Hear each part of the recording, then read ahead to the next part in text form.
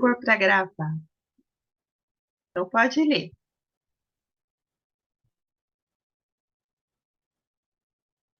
Oi, Edna.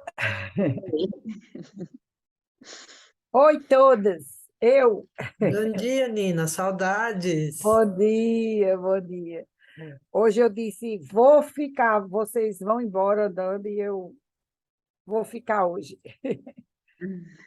Pelo computador é melhor que a gente vê todo mundo, né? Estava com saudade. Então, Edna falou comigo, né, para ler a passagem que nós vamos conversar hoje. Eu demorei a responder, mas depois eu respondi, aí ela disse, não tem problema, Nina, outra pessoa pode ler. Eu, não, eu vou. Enfim, muito feliz eu estou hoje por essa oportunidade de, né, de ter podido participar. E a palavra, ela está em João, né, de 31 a 54, e diz assim, enquanto isso, os discípulos insistiam com Jesus, Rabi, coma alguma coisa. Ele, porém, respondeu, eu tenho um tipo de alimento que vocês não conhecem. Os discípulos perguntaram uns aos outros, será que alguém lhe trouxe comida? Então Jesus explicou, meu alimento consiste em fazer a vontade daquele que me enviou e em terminar a sua obra. Vocês não costumam dizer, ainda faltam 4 meses para a colheita, mas eu lhes digo, despertem e olhem em volta. Os campos estão maduros para a colheita. Os que colhem já recebem salário, e os frutos que ajuntam são as pessoas que passam a ter a vida eterna. Que alegria espera tanto o que semeia como o que colhe. Vocês conhecem o ditado, um semeia e outro colhe. E é verdade, eu envio vocês para colher onde não semearam. Outros realizaram o trabalho, e agora vocês ajuntarão a colheita.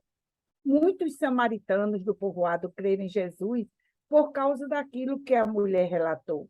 Ele me disse tudo o que eu já fiz.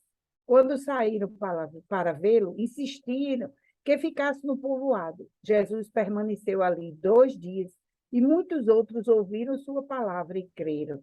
Então disseram à mulher, agora cremos, não apenas por causa do que você nos contou, mas porque nós mesmos o ouvimos. Agora sabemos que ele é de fato o Salvador do mundo.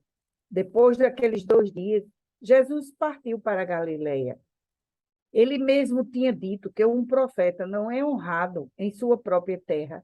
Mas, uma vez que os galileus haviam estado em Jerusalém para a festa da Páscoa e visto tudo o que Jesus fizera, eles o receberam. Enquanto Jesus viajava pela Galileia, chegou a Caná, onde tinha transformado a água em vinho. Perto dali, em Cafarnaum, havia um oficial do governo cujo filho estava muito doente. Quando soube que Jesus viera da Judéia para a Galiléia, foi até ele e suplicou que fosse a Cafarnaum para curar seu filho, que estava à beira da morte. Jesus exclamou, jamais crerão, a menos que vejam sinais e maravilhas. O oficial implorou, Senhor, por favor, venha antes que meu filho morra. Volte, disse Jesus, seu filho viverá. O homem creu nas palavras de Jesus e partiu para casa. Enquanto estava a caminho, alguns de seus servos vieram ao seu encontro com a notícia de que seu filho estava vivo e bem. Ele perguntou quando o menino havia começado a melhorar, e eles responderam, ontem à tarde, a 1 hora, a febre subitamente desapareceu. Então o pai percebeu que havia sido naquele exato momento que Jesus havia dito, seu filho viverá. E o oficial e todos de sua casa creram em Jesus. Esse foi o segundo sinal que Jesus realizou na Galileia, depois que veio da Judéia.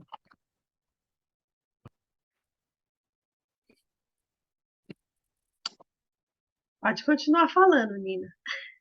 Eu? Eu me preparei para ler. O milagre, a Edna conseguir já. Você está lendo, nossa, que alegria! Meu coração se encheu de alegria aqui. Esses versículos aqui que falam de colher, né? De ver os campos e colher, foi assim, me convidaram para dar uma palavra no encontro de mulheres, sábado, e era sobre a oração. Eu acho que dizia mais ou menos assim o título, Crescendo por Jesus através da oração, mais ou menos assim o título. E, e eu orando, né, para preparar, e o Senhor me trouxe uma coisa assim, na palavra crescendo, uma ênfase na palavra crescendo. E veio, assim, a orientação, né, a palavra do Senhor, para que falasse sobre fé. Porque para você chegar na oração, primeiro você tem que ter fé. E se é o crescimento na oração, né, desculpa, para a oração, se você não tiver fé, você não ora. E o Senhor me levou a falar de fé. E nessa palavra de fé, o Senhor levou para que os campos estão brancos. É sobre a colheita, que a gente precisa despertar para essa colheita, porque alguns semearam e, quem sabe, nós somos os que vão colher. Ou nós estamos semeando, precisamos semear, para que alguns escolham. O certo é que, pelo que a gente está vendo, não tem mais muito tempo. Vai chegar uma hora que quem plantou, quem semeou, semeou, quem colheu, colheu, né? Quem está colhendo, e não vai ter mais tempo. Essa hora, assim, ela está chegada. Nós estamos, eu entendo assim, Jesus deixou os sinais, o dia, a hora, só quem sabe é o Pai, a gente sabe disso, mas Jesus nos alertou. E muita gente diz, mas ninguém sabe a hora. Mas será que não dá para dar uma parada assim, pensar em tantos avisos, tantos alertas que Jesus deixou, aquelas passagens lá, aqueles versículos de Mateus, é tão claro, é um alerta tão grande. E nós temos ao nosso favor ainda o Espírito Santo. E eu vi uma palavra. Nós tivemos um acampamento de Páscoa na igreja, e quem veio ministrar foi Valdisto, Nagel e Cileda. E assim, se a gente precisava de um presente de Deus, aquele foi. Ele trouxe, assim, em dose dupla, porque ele falou, ela falou, e ela contou uma história da família dela que eu queria encerrar compartilhando assim aqui com vocês, que eu sei que Edith está com tudo na pontinha da língua e hoje eu quero ouvir, né? Mas essa história foi assim muito linda e eu pedi a ela, eu disse, Cileira, minha filha, eu sinto muito, você trata de me autorizar, porque eu vou contar por aí. Ela disse que a mãe ela é do Maranhão, o pai era pastor, ela foi criada no Evangelho, 11 filhos os pais tiveram, e a mãe costumava caminhar com ela já idosinha, e ela passeava com a mãe pelo jardim, porque, né, a mãe já com alguma dificuldade, e numa dessas vezes tinha uma lesma. Vocês sabem o que é lesma, né? Assim, não sei se a gente chama lesma, acho que vocês também. E a mãe dela disse uma coisa, mostrou, está vendo aquela lesma ali, tão insignificante. Mais um pouco ela deve ser pisada por alguém, se não se esconder aí no meio das plantas e não sair mais. Mas ela deixa uma coisa, quando ela passa, o sol, quando bate no rastro dela, ela solta como um gel, um líquido, e o sol, quando bate, ele fica prateado. Gente, eu nunca tinha percebido isso. Eu já vi lesma, claro, todo mundo já viu, mas eu nunca tinha visto isso. e a mãe dela percebeu. E aí a mãe dela disse uma coisa assim: nós deixamos um rastro. Que rastro nós deixamos? É o semear. O que é que nós estamos semeando para que o nosso rastro seja de vida? Porque nós sabemos que, além do nosso testemunho, além dos nossos relacionamentos, cultivar, da nossa família, o mais importante, nós sabemos, é o rastro de Cristo que nós temos que deixar nessa vida.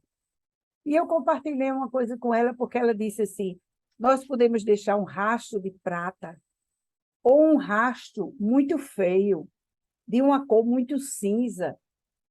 E o Senhor trouxe assim ao meu coração, e eu cheguei a compartilhar com ela ainda, porque eles falaram no domingo à noite na nossa igreja, depois que a gente voltou, e eu disse: Leda, tem pessoas que não deixam rastro nenhum, nem cinza, nem de prata, não deixam nada, passa pela vida, e as pessoas nem lembram que aquela criatura existe, ou existiu. Porque Valdir contou a história de... Saiu na televisão, eu até vi, um inglês, foi na Inglaterra, que o homem passou 2 anos desaparecido, encontraram o homem morto, ele morreu, ficou depois de 2 anos, acharam o homem. Eu digo, meu Deus do céu, 2 anos? A gente já ouviu falar de 2 dias, 3, aí começa a cheirar mal, né? E se acham e tal, mas 2 anos? Essa pessoa não deixou rastro nenhum, e ninguém, em vida nenhuma, porque ninguém deu por falta dessa criatura. E eu queria compartilhar com vocês justamente isso, né? Lembrando essa passagem de Jesus, o rastro dessa mulher samaritana, né? Jesus ficou 2 dias ali. Quantos, né, se converteram por causa do testemunho dela, porque a Bíblia diz. E ele contou, ele enfatizou a questão da colheita, né? E diz os campos tão brancos. Será que a gente está vendo isso? Então, pensei assim, nisso aí, queridas. Quis compartilhar com vocês essa história do rastro. Podem contar, viu, por aí, que ela disse que podia. Eu vou contar em todo canto. E vou vigiar o meu rastro. Achei linda essa história. É bonita mesmo. Eu achei interessante essa conexão dessa fala da Nina aí, sobre o efeito dessa mulher, né, dessa samaritana, ainda sobre o efeito dela, né, que nós já vimos ela semana passada, essa fala de Jesus, né, come, mestre. E aí ele fala, não, eu já tenho uma comida que vocês não sabem. E como a gente, no imediato, né, fala, ué, será que alguém trouxe comida para ele, né? Uma coisa tão assim, literal, né? E aí ele vai e explica, né? A minha comida é fazer a vontade do meu pai, né? Essa, isso conectando com a história do ceifeiro e da ceifa, a gente tem uma ideia, às vezes, de que a gente vai, de que o trabalho, por exemplo, na vida dos nossos filhos, que o trabalho na vida de uma igreja, onde a gente vai ministrar, é um trabalho que a gente está semeando, né? Mas às vezes, é como disse a Nina, a gente está ceifando, uma coisa que alguém já semeou lá atrás, né? Essa conexão entre aquilo que me alimenta de fato, qual que é o salário daquilo que eu já vou recebendo, conforme eu vou colhendo, né? Será que eu já estou percebendo esse salário, eu já estou colhendo e estou percebendo que eu sou só um trabalhador, que eu não estou colhendo para mim, né? Estou colhendo para a eternidade, estou colhendo para o reino de Deus, né? Mas nessa colheita eu recebo um salário, eu já recebo o galardão da alegria de ver alguém se achegando a Cristo, o galardão de ser acolhido, né, por irmãos, né? Eu queria que vocês me comentassem um pouquinho aí sobre essa história da... A gente às vezes fica, eu sei que é importante aqui, é que aqui os campos estão brancos e que a gente precisa de trabalhadores, né? Mas acho que seria interessante a gente pensar também nesse alimento que Jesus fala e esse galardão que a gente já vai recebendo, esse salário que a gente já vai recebendo. O que vocês acham?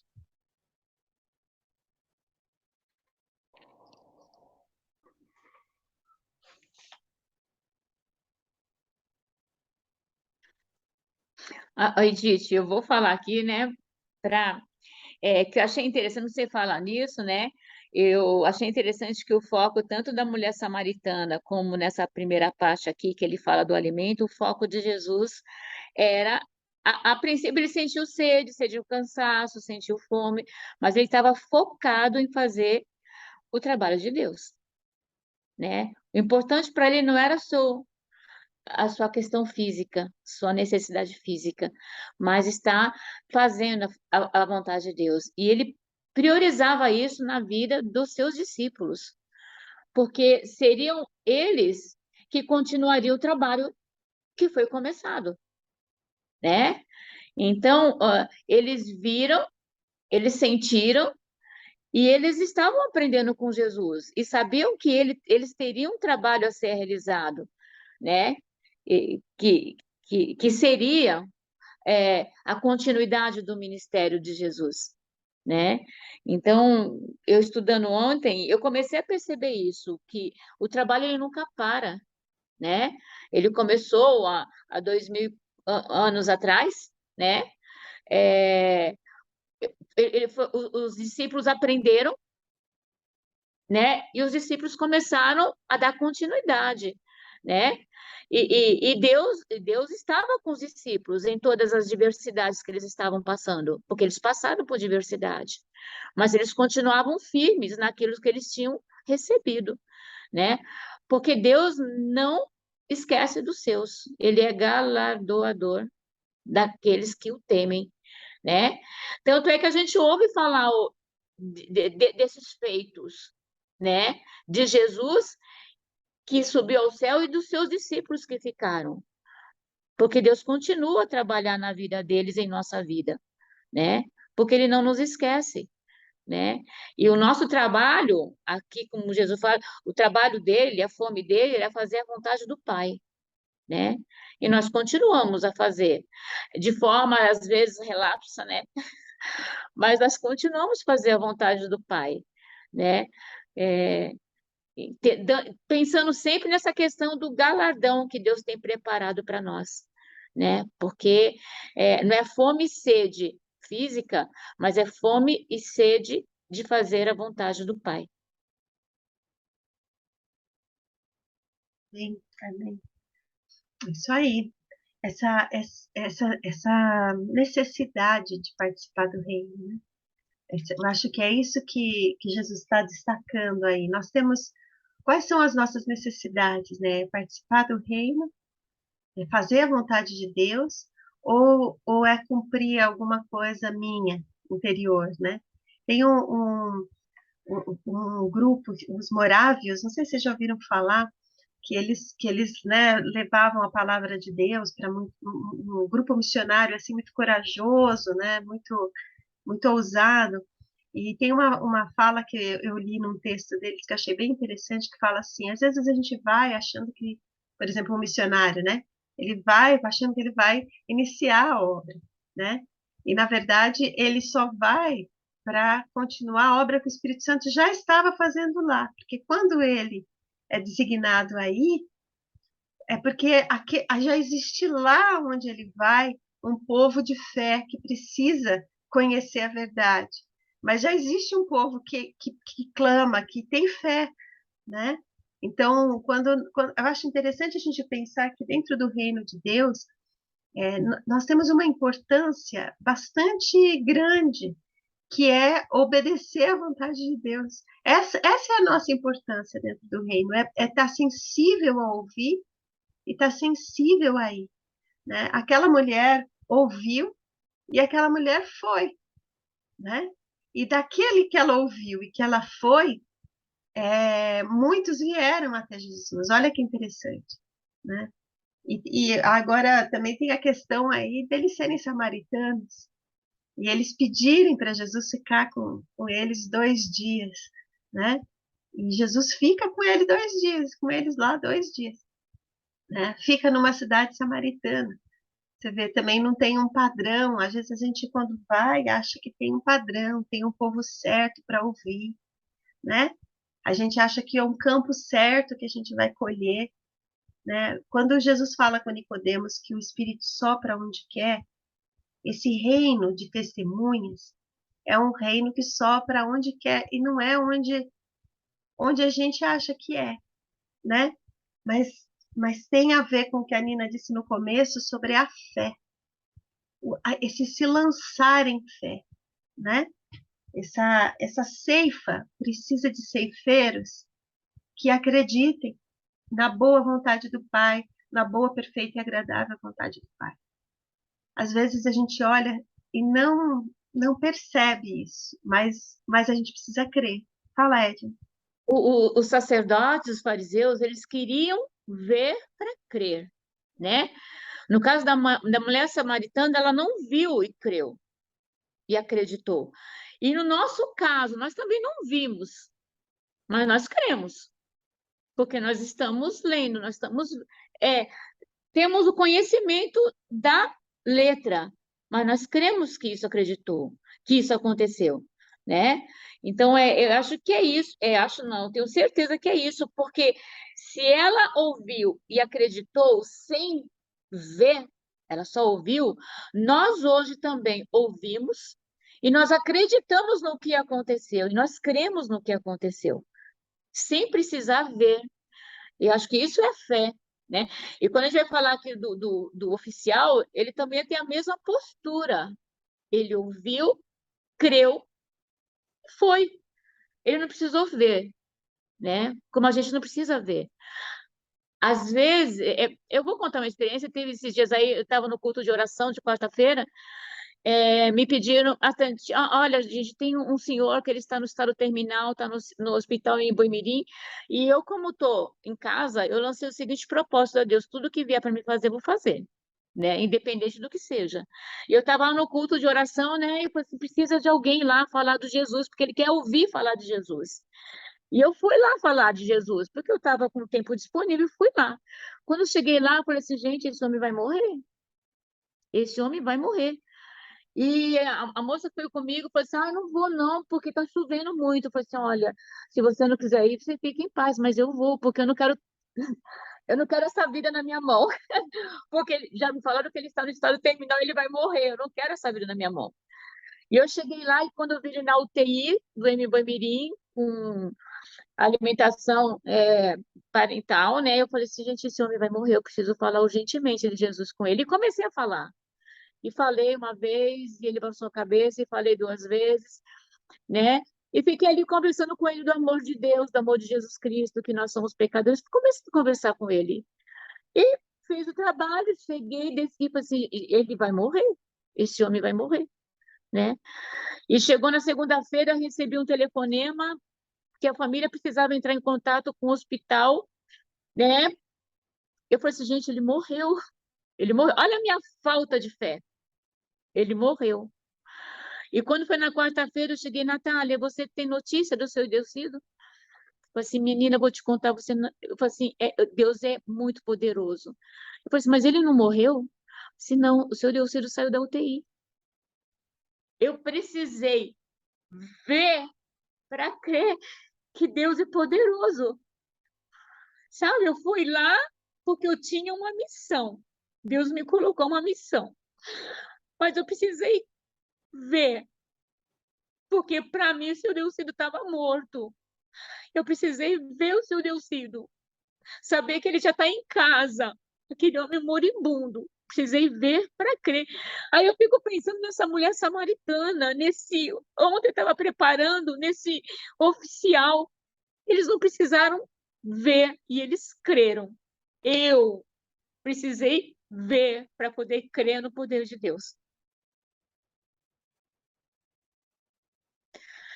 Amém, amém. Mas é assim, Deus trabalha com cada um, né? A, a, a, na, cada um da maneira que a gente pode. Deus sabe das nossas limitações. Deus sabe das nossas angústias, das nossas tristezas, né? porque a Nina falou que ela falou num grupo, para antes de orar, a gente precisa ter fé. E é verdade, porque Jesus não disse que a fé do tamanho de um grãozinho de mostarda, ela já produz os efeitos, né? Porque quando a gente chega diante de Deus para orar, que não é lá em público, não é, né? Que é lá no seu, entre você e Deus ali, que você chega para orar, você precisa ter fé para começar a falar, né? Você precisa ter essa fé para começar a crer eu vou porque eu tenho tempo ocioso. Não, não é porque eu tenho tempo ocioso. Deus me deu esse tempo para não ser ocioso, né? E aí ele me dá as coisas que eu tenho que fazer, né? E eu posso orar e ver, né? E ver e crer e falar, meu Deus, o Senhor é poderoso, porque ali eu só via a morte, né? Estou vendo agora a vida. E imagina o que essa mulher, quando Jesus foi contando para ela a vida dela, a emoção, o que mexeu com ela na emoção, para ela ir falar, né? Muito, muito boa a história, Edna, muito legal. Mais alguém que eu gostaria de falar do primeiro texto para a gente ir para o segundo? O segundo já é a cura do filho do oficial, não? Bom, então vamos para o segundo texto. Um homem, olha que interessante, uma cidade samaritana e um oficial romano, né? Não era, vamos pensar, quem que poderiam ser essas pessoas aí nos tempos de hoje, assim, que a gente poderia dizer que, né, o inimigo era o romano, né? Os judeus achavam, vamos pensar os judeus, os crentes, tá bom? Os crentes achavam que Jesus vinha para livrar eles de Roma. E aí Jesus vai e cura o filho de um oficial romano, né? Os judeus, os crentes, achavam que Jesus vinha para deixar eles superiores aos samaritanos. Aí Jesus vai, prega para uma mulher samaritana e fica 2 dias numa cidade. Será que se Jesus viesse hoje, a gente como crente, a gente ia julgar Jesus? Será que a gente julga alguns irmãos que vão para alguns lugares que a gente não tem, acha que dali não tem vida nenhuma? Será que a gente está julgando os nossos irmãos que pregam? Eu tenho visto, eu falei para vocês, eu tenho visto muito, uma coisa que tem me entristecido demais, mas demais mesmo, é olhar a pessoas falando, um pastor falando mal de outro pastor em rede social, sabe? Falando, acusando de falso profeta, o outro acusa de tradicionalista, e fica, que não está falando das coisas de Deus. E onde Jesus está nessas, nessas nossas briguinhas internas? Sabe? Jesus está onde ele sempre esteve. Está no hospital com o irmão, está com a samaritana, está com o necessitado, né? Jesus não está nessa nossa luta teológica pela verdade. Sabe por quê? Porque Jesus é a verdade. Jesus não precisa lutar pela verdade, porque a verdade é ele, a pessoa dele. Né? Jesus não precisa dizer que esse aqui que é o caminho certo, porque ele é o próprio caminho. É ele o caminho, né? E eu vejo assim uma luta e vai a público para excluir o irmão, para defamar o irmão, não importa, gente. Quando chegaram lá para ele, falaram, olha, estão falando lá, estão batizando em teu nome, estão dizendo em teu nome, o que a gente faz, né? Fala, deixa eu falar, ué. Deixa eu estar falando, aquele que ajunta comigo não espalha. E a gente fica espalhando, em vez de a gente juntar, né? Esses dois aí, olha, um romano, um oficial romano e um povo samaritano.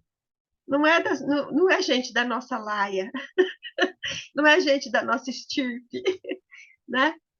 Eles foram alcançados e pelo testemunho deles, nós somos alcançados. Nós não somos da estirpe romana, perdão, judia. E nós somos esse povo gentil aí. E a palavra chegou até nós, né? E chegou por Roma, olha que interessante, né? Para nós chegou por Roma. E nós estamos ouvindo, estamos vendo, estamos lendo o texto por isso, né? Então, olha, se a gente pudesse orar hoje por uma causa, talvez a principal causa que a gente precise ter fé e orar é que a Igreja de Cristo se una. A Igreja de Cristo precisa se unir com o diferente, com o que pensa diferente, com o que vota diferente, com o que fala diferente, com o que canta diferente, né? Porque eu, por exemplo, gosto dos hinos tradicionais, sempre gostei. Esses dias deu um sarau lá no escritório, cantando o hino antigo, da harpa e do cantor cristão.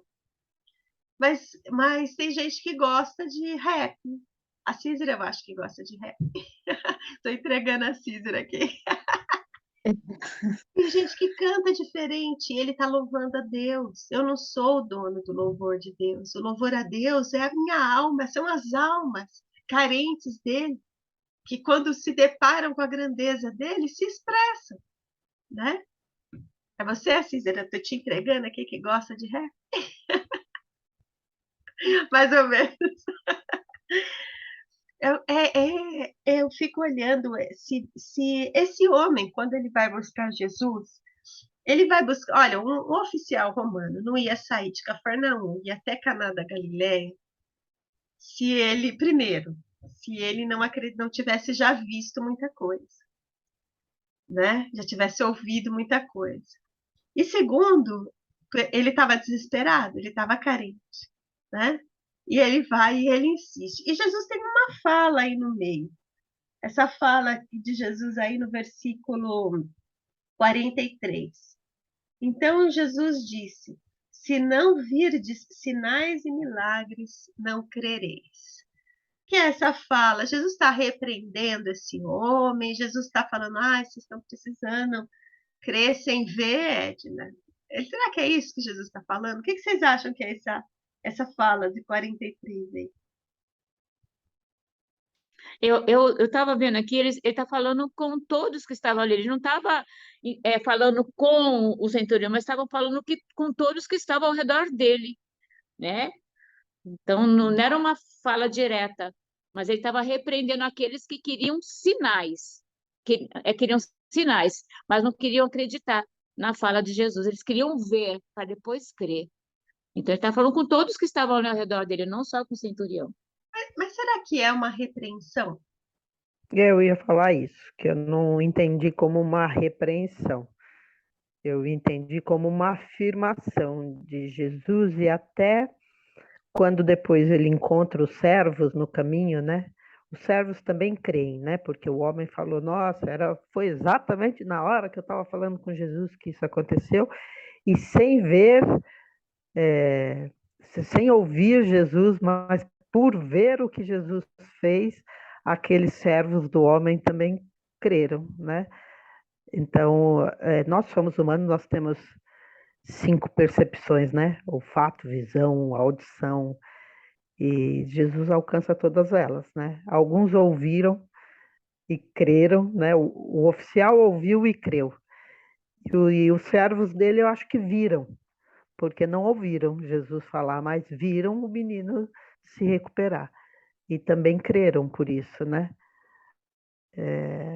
Então, acho que aí, conforme a Edith estava falando, a gente faz, né? Quem é que vai ouvir, quem é que vai. Esse vai dar certo, aquele não vai. Para esse aqui eu prego, para aquele não prego. É, a gente não sabe, né? A gente não faz ideia. Porque quem está realizando, na verdade, é Jesus, né? É o Espírito Santo, é Deus que está fazendo. E a gente não faz não consegue ter essa visão completa que Jesus tinha, né? Para mim era uma afirmação. Vocês só crerão se ver, e precisam de sinais. Então, que pena, né, que é assim, porque só de crer vocês poderiam, né, fazer, vocês próprios poderiam fazer, né, mas eu não acho que é uma repreensão. Eu falei 43 e é 48, viu, gente? O versículo. Eu falei o versículo errado. É o 48. Eu também acho isso que a Dilsa falou. Eu acho que os sinais por exemplo, os sinais da existência de Deus. Em todo lugar que a gente olha, a gente vê. Quando eu olho para mim, eu vejo a existência de Deus, porque eu não acho que eu conseguiria ser obra do acaso, né? Vemos na lesma. O rastro da lesma. Gente, quantas vezes eu já olhei uma lesma com medo, porque eu morro de medo de bicho, e eu nunca prestei atenção no rastro dela, sabe? Nem eu. Eu nunca prestei atenção no que estava dizendo aquilo, né?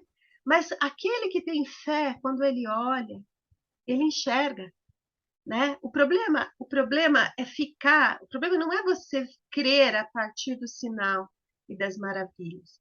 O problema é você achar que o sinal e a maravilha é a cura, o sinal e a maravilha é o rastro, o sinal e a maravilha é o. Não, o sinal e a maravilha é a presença de Deus, é a existência de um reino. Esse é o sinal e a maravilha. Porque o menino que foi curado lá, o menino que estava com febre para morrer e foi curado, esse menino passou um tempo, esse menino faleceu. Que a gente não tem esse menino vivo até hoje, tá certo? É, Mas a história desse menino é o sinal e a maravilha. A família que creu é o sinal e a maravilha. Que tipo de sinais e maravilhas a gente anda buscando? Talvez seja essa a pergunta, né? Que será que vê o seu, como é que é o nome dele, Edna, do senhor que Ideucildo. Ai, Jesus, Ideucildo. cada nome difícil hoje para mim. É difícil.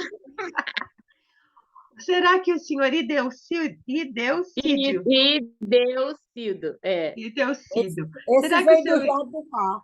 E será o que o povo seu adora Ideu, juntar nome.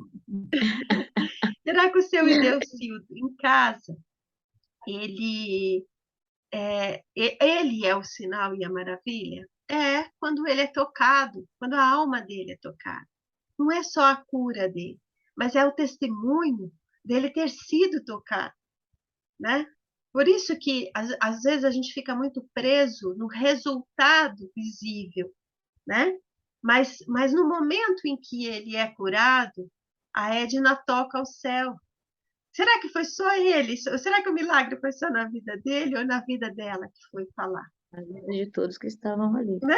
O É, salário daqueles que fizeram a colheita foi pago. O galardão sobre a cura dele está pago. A alegria de ver ele ali. E olha que a Edna nem era parente dele, né? Mas a alegria de ver o poder de Deus se manifestar, né? Eu acho que a fala de Jesus não é uma repreensão. Se vocês não virem, vocês não vão acreditar, vocês são povo difícil mesmo. Não é nesse sentido. A fala de Jesus é: tá bom, eu continuo fazendo. Será que vocês vão enxergar? Será que a gente enxerga os milagres? Olha, gente, hoje eu estava tão cansadinha na hora que começou essa. Estava até falando para as meninas que entraram antes, que eu tô tão cansada que eu dormi demais. Um dos sinais que eu percebo que eu tô cansada é quando eu durmo muito, porque normalmente eu não durmo muito. Quando eu vi a Nina aqui, eu já fiquei alegre. Quando eu vi que era a Nina que ia ler, já me Eita, foi enchi de alegria. Edna. A Edna já tá, olha, a Edna plantou, né? A Edna semeou e eu colhi, né? Essa Agora alegria, eu vou dar um jeito, toda terça-feira eu vou me organizar. essa Mas alegria, mas talvez nessa terça-feira, viu, Nina, que era especial demais, porque eu estava meio cansadinha. E quando eu vi você, mas meu coração se encheu de alegria, né? Porque a eu, Nina me- é uma coisa eu de ando. Deus, né, gente, no nosso coração. Oi, Edith. Aí só, eu sei que já está terminando, inclusive eu também, né, tenho que No 48, né, que está essa questão da gente conversando sobre ele, quando ele disse jamais, né, crerão, a menos. E veja, vocês falando, eu pensando aqui, olhar aqui no versículo, é, e- ele diz isso logo após o oficial pedir a cura, né? Porque o oficial chega, né, quando soube que Jesus viera da Judéia para a Galiléia, foi até ele e suplicou que fosse a Cafarnaum para curar seu filho, que estava à beira da morte. Ele diz tudo, né? Para curar o filho que estava à beira da morte. Aí eu fico pensando, eu acho que Jesus disse para ele mesmo, para Jesus mesmo, jamais crerão, a menos que vejam sinais e maravilhas. Ele disse para ele mesmo, mas pensando no povo, claro, né? Mas para ele mesmo, jamais crerão, a menos que vejam sinais e maravilhas. Sabe aquele momento dele com ele mesmo? Eu acho que foi, né, mais ou menos assim. Ele, né, falou, ele sabia que quando ele diz, né, tem uma parte, né, que eu não estou lembrada agora exatamente onde que ele diz, que eles viram aquilo tudo, então os felizes vão ser os que não viram e creram. Para Tomé, né? Com Tomé ele fala isso. Para Natanael ele fala, né? Nós vimos, para Natanael ele fala, você ficou, é, você creu porque eu disse que você estava embaixo da figueira? Vocês vão ver muito mais que isso, né? Para Natanael um pouco antes ele fala. É Muito muito bom, rica muito essa bom. palavra, muito rica essa Bíblia, essa Bíblia. E Bom, toda... vamos orar. Nosso tempo já está em cima. Mas alguém gostaria de falar alguma coisa antes da gente orar?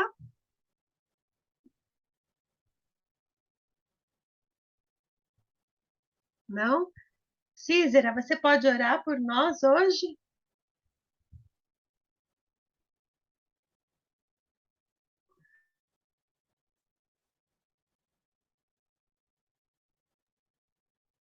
Celular tá difícil de responder os meus dedos aqui.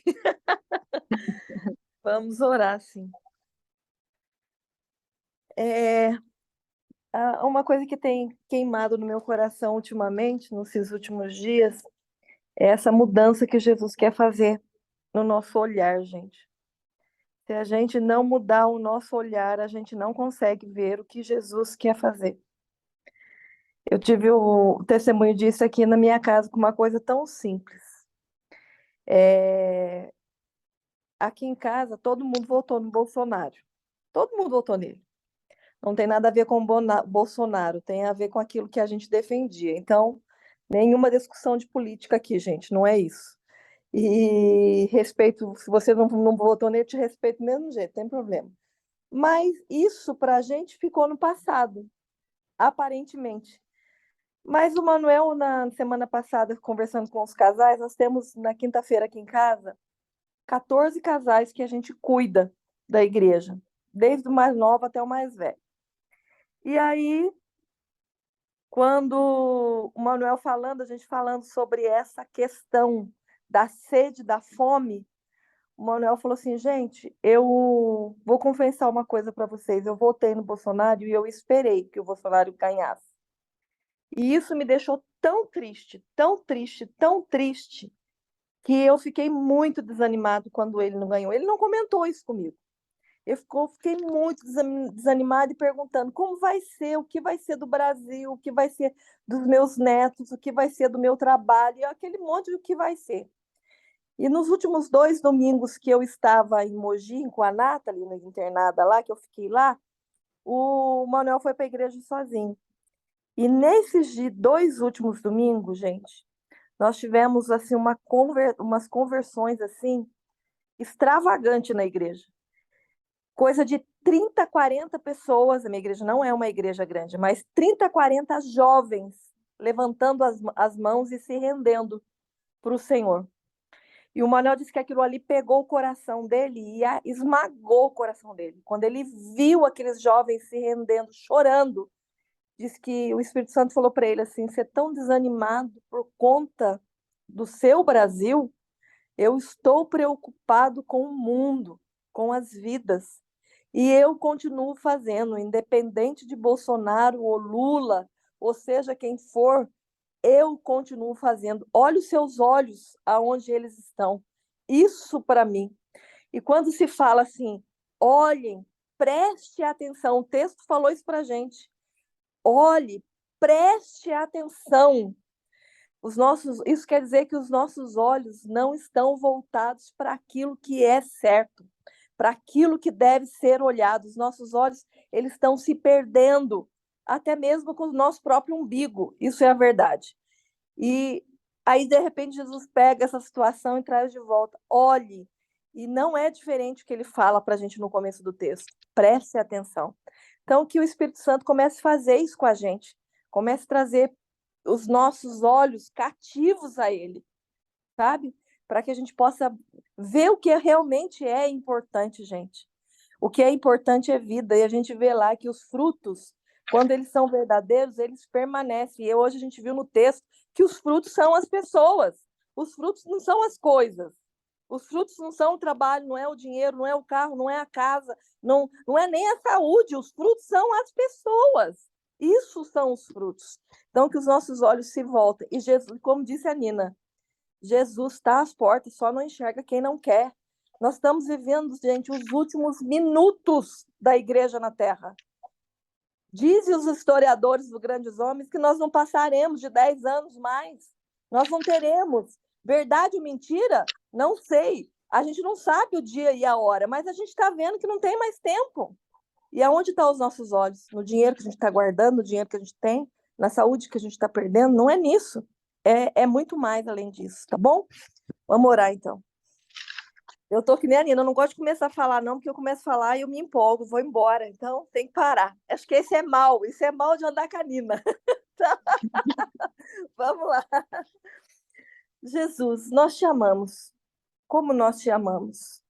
E como nós te amamos, porque o Senhor tem constrangido o nosso coração acerca da tua palavra, acerca do teu amor, e é isso mesmo que nós queremos, é essa transformação de mente gerada em nós, é essa transformação de atitude, que os nossos olhos se voltem ao Senhor.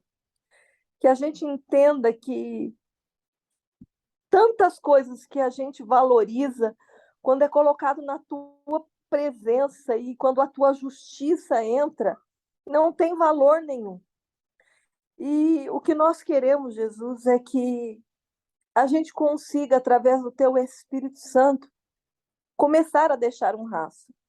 Não um rastro cinzento, mas um rastro que, quando o sol da justiça alcance, que o Senhor é esse sol, que ele brilhe, que ele transfigure a tua presença, que ele transmita o teu amor. É isso que nós queremos. Amém. E a gente não consegue isso sozinho, a gente não consegue. Somos tão falhas, somos tão limitadas, somos tão inúteis, que sem a tua presença nós não conseguimos. E tudo que nós construímos até hoje não tem valor nenhum, sem a tua presença. Então, que a tua palavra gere em nós essa necessidade de olhar e ver como os campos estão. E não tenha valor nem a semeadura e nem a colheita, porque não é isso que tem valor nesse reino. Não é a semeadura e não é a colheita, é o Senhor. É ver que esses frutos permanecem. E que esse fruto, muitas vezes, é a ação da nossa colheita, ou às vezes é a ação do nosso semear, mas que isso não seja o importante, que eu não queira só semear e que eu não queira só colher, mas que eu entenda que é necessário uma ação em relação a isso, em relação ao teu reino. Então, eu só posso te pedir que o Senhor encha o meu coração e encha o coração das minhas irmãs de motivação, de amor, de compaixão, de alegria, de tudo isso, Senhor, e que todo desânimo, toda tristeza, toda aquela angústia que muitas vezes toma conta do nosso coração por conta das lutas, por conta das dificuldades, por conta dos desafios que chegam até nós, que tudo isso seja desfeito na autoridade do teu nome, Jesus, porque só o Senhor tem autoridade para desfazer tudo isso de dentro de nós. Então, desfaça no nome de Jesus. Eu quero repreender toda tristeza e todo desânimo do coração das minhas irmãs, Jesus, que nós possamos ter a alegria na tua presença e que por onde a gente passar, o teu rastro, Senhor, seja colocado em nós, para que a gente possa fazer aquilo que é importante para o teu reino, que são as pessoas. Talvez as pessoas hoje sejam o meu filho, talvez as pessoas hoje sejam o meu marido, talvez as pessoas hoje sejam os meus pais, talvez as pessoas hoje sejam as minhas irmãs ou as irmãs da carne mesmo. Talvez as pessoas hoje sejam as minhas noras, seja a minha neta. Talvez as pessoas hoje sejam os meu sogro e minha sogra. Eu não sei quem são essas pessoas. Talvez não se expanda para muito longe, talvez não saia do meu abrigo, do meu aprisco, mas isso não é importante. Eu só preciso que o Senhor me ajude e ajude, Senhor, as minhas irmãs a se fortalecerem hoje através da tua palavra, através do teu nome e através da tua presença. É o que eu te peço, Pai, em nome de Jesus. Amém. Amém, sim. Amém. Amém.